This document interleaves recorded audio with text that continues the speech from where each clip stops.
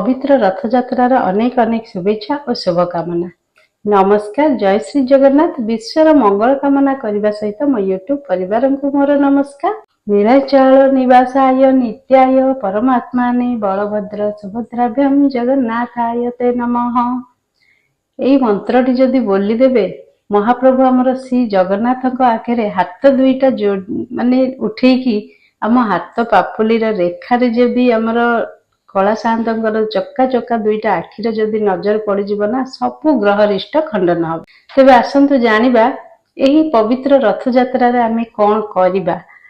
रथ यात्रा रे खास करी प्रथम कथा हला जो माने भी नुआरे एकादशी व्रत करि नाहंती करिबाकू चाहुचंती से माने हमर ए जो बड़ एकादशी पड़िबो जुलाई 24 तारिख दशमी 25 तारिख रे एकादशी। एकादशी केमिति पालन करिवे?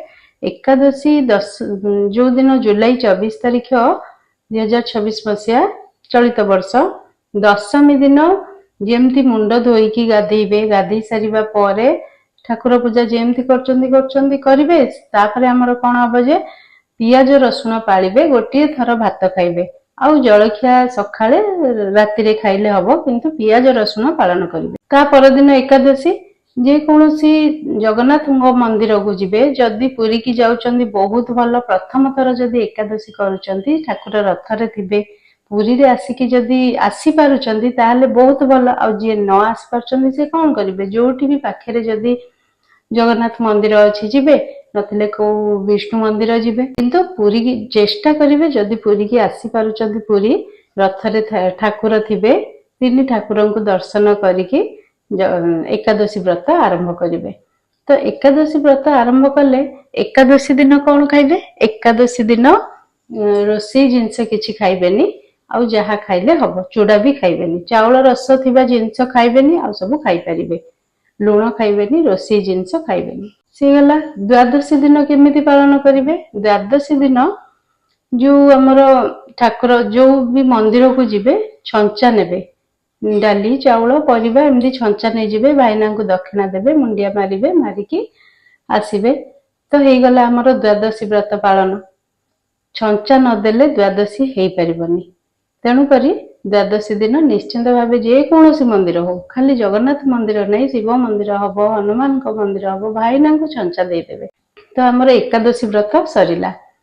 तापर हमर जो ठाकुर रथ रे थिबे, आडप मंडप रे जदि थिबे ठाकुर, एकादशी पूर्वर, एकादशी तो लास्ट ही जाउची, सुनाबेश हबो, अधरापण ए सब हबो ना, किंतु आडप मंडप रे मध्ये जदि आपण दर्शन करिवे बहुत भल। ठाकुरन को आमे सबु बेले दर्शन करिबा, पूरी 10 थर दर्शन कले जहा आडप मंडप रे थरे दर्शन करिले महाप्रभु हमर दुख सुनिबे, मनस्कामना पूर्ण करिवे। काहेकि ना कालिया शांत तिनी ठाकुर आसीचंदी बाहर को, बड़ देउल बाहर को आसीचंदी रथरे बसिकी बुलिबा पई, ताको मां घर को आसुचंदी। सेथि पई ताको मन बहुत खुशी ठाकुर। आमे केमती बाप घर गले आम मन खुशी हुए ना, तेणु करी ठाकुर मां घर को आसुचंदी ना, आमे जहा कहिले भी ठाकुर मनस्कामना हमर पूर्ण कर देबे। आमे कहिबा न कहिबा भी ठाकुर मनस्कामना पूर्ण करिवे। तेणु करी रथरे हो, आडप मंडप रे निश्चिंत भावे गोटे थर प्रभु श्री जगन्नाथ को दर्शन करिवे। आउ कहीं रथरे थिला बेले 33 कोटी दिय देवता ता संगे अतृप्त आत्मा मध्य आसंती महाप्रभु को दर्शन करने पाई। एते समस्त मन खुशी उल्लास जे महाप्रभु को देखिबा पाई देवता सबू आसंती 33 कोटी दिय देवता। ता संगे जो हमर अतृप्त आत्मा आसंती ना, सेमानंक पई जो गोटे दिन हमर अधर पणा हुए, से पणाटा आ केही पाइबा कथा न। काहेकि ना जो मानकर आत्मा माने शांति हेनी, सेमानकर अतृप्त आत्मा हेकी बुलुचंदी, सेमाने से अधर पणाटा पीले स्वर्ग प्राप्ति हबो, ए कथा पुराण रे लिखा जाई।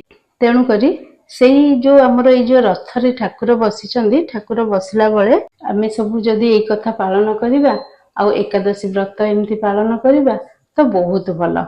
सबु बेले आमे ठाकुरन को देखिबा को जाउछे, चतुर्धा मूर्ति को आमे सबु बेले पुरी जाउछे श्रीमंदिर को दर्शन करिबा पई, किंतु एही रथ यात्रा समय रे महाप्रभु श्री जगन्नाथ बलभद्र सुभद्रा आम मानक सब दर्शन करने को आसुचंदी। माने भक्त मानक दर्शन करिकी दुई हाथ रे जेतिकी जहा ମାନେ ଆଶୀର୍ବାଦ ଦଉଛନ୍ତି, ଯାହାର ଯାହା ମନସ୍କାମନା ସବୁ ପୂରଣ କରୁଛନ୍ତି। କାହାର ଝିଅ ବାହା ହେବାର ବିଳମ୍ବ ହଉଛି ସେଇଟାକୁ ବି ପୂରଣ କରିବେ, କାହାର ଛୁଆ ପିଲା ହଉନି ସେଇଟା ମଧ୍ୟ ପୂରଣ କରୁଛନ୍ତି। ଯାହାର ଯାହା ଗ୍ରହରିଷ୍ଟ ଖଣ୍ଡନ କରି ମନୋବାଞ୍ଛା ମଧ୍ୟ ପୂରଣ କରୁଛନ୍ତି।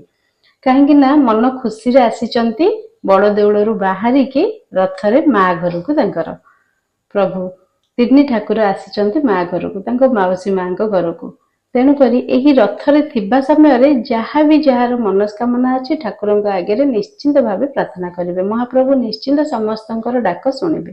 ମହାପ୍ରଭୁଙ୍କୁ ଯେତେବେଳେ ଆମେ ଦର୍ଶନ କରୁଛେ ସେତେବେଳେ ବଡ ଠାକୁରଙ୍କୁ ପ୍ରଥମେ ଆମେ କଣ କରିବା, ବଳଭଦ୍ରଙ୍କୁ ଦୁଃଖ ଜଣେଇବା।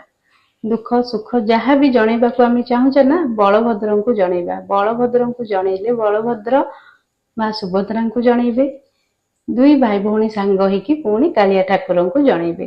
ତେଣୁକରି ଯେବେ ବି ଆମେ ଯାହା ବି ଠାକୁରଙ୍କ ଆଗରେ ମାଗିବା ନା, ପ୍ରଥମେ ବଳଭଦ୍ରଙ୍କୁ ଯଦି ଆମେ କହିବା, କାଳିଆ ସାଆନ୍ତ ଶୀଘ୍ର ଆମ ଡାକ ଶୁଣିବେ।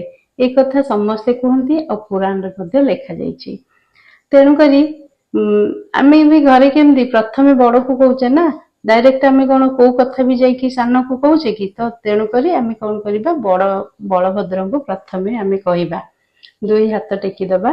ନୀଳାଚଳ ନିବାସାୟ ନିତ୍ୟାୟ ପରମାତ୍ମାନେ ବଳଭଦ୍ର ସୁଭଦ୍ରାଭ୍ୟାମ ଜଗନ୍ନାଥାୟତେ ନମଃ। ଏଠି କେମିତି ପ୍ରଥମେ ବଳଭଦ୍ର ହିଁ ଆସିଛନ୍ତି, ତାପରେ ସୁଭଦ୍ରା, ତାପରେ ଜଗନ୍ନାଥ। ତ ହାତ ଟେକିବା ଦ୍ଵାରା ଆମର ଏଇ ଯୋଉ ହାତର ଯୋଉ ପାପୁଲିରେ ନା, ଯେ କୌଣସି ଆମର ଗ୍ରହରିଷ୍ଟ ଥାଉ ନା କାହିଁକି, ତିନି ଠାକୁରଙ୍କର ନଜର ପଡିବ ଆମର ପାପୁଲି ଉପରେ। ପାପୁଲି ଉପରେ ଯଦି ନଜର ପଡିଗଲା ନା, ଖାସ କରି ଆମର କାଳିଆ ଠାକୁରଙ୍କର ଚକାଚକା ଆଖିର ନଜର ପଡିଲା, ସବୁ ଗ୍ରହରିଷ୍ଟ ଖଣ୍ଡନ କରିଦେବେ, ସମସ୍ତଙ୍କର ସବୁ ମନସ୍କାମନା ପୂରଣ କରିବେ। ଆଶା କରୁଛି ଆଜିର ଏହି ଭିଡିଓଟି ସମସ୍ତଙ୍କୁ ଭଲ ଲାଗିଥିବ।